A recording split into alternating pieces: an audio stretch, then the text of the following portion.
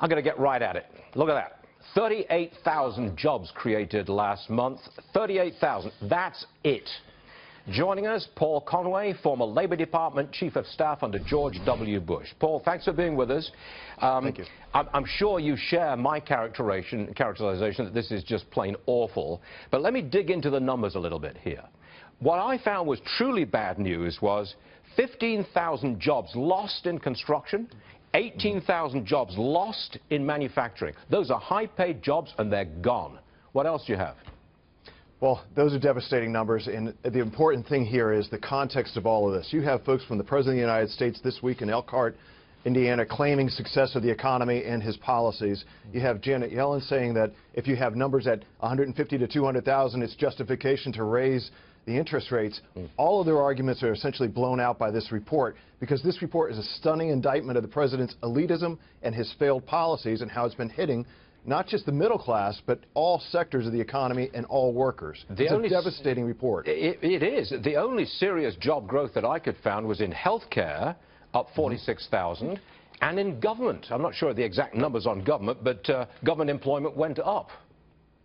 Well, I tell you what, on the healthcare side, it's important to understand that there are evolutions in technology and other things that are going on, but many of the hires that are being done in healthcare are temporary hires and not long-term positions. The other thing, when you take a look at some of the government positions, it's just the opposite. These are full-time government employees. The number's over 10,000. So you can't, on the one hand, say that I'm making a great economy while you're increasing the size of government. At the same time, you're doing overtime regulations and pushing small business and those who have the courage and the means to create jobs.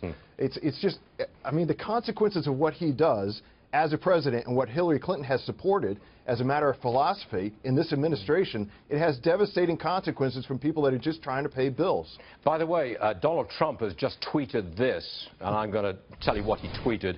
Terrible jobs report just reported, only 38,000 jobs added, bombshell. And by the way, Paul, we have the yield on the 10-year Treasury, a key interest rate barometer, all the way down to 1.72%. Now, just for a moment, if you were back in government and you were representing President Obama, how would you spin today's report?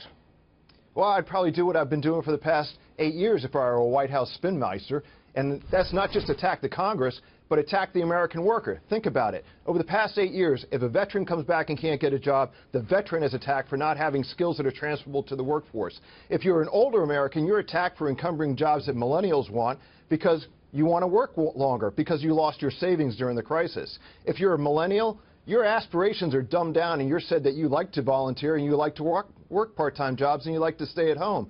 And if you're a small business owner, you're attacked for being greedy and you're told that you didn't do it, you didn't build it. That's the consistent pattern for 8 years from this administration. I think you can look to them to stick to it, and I think that's why you have people like Sanders and Trump who are doing so well from people who are so disaffected with the economy and with policy. I think you're right. Paul Conway, thanks for joining us, sir. We appreciate it. Thank you. Thank you.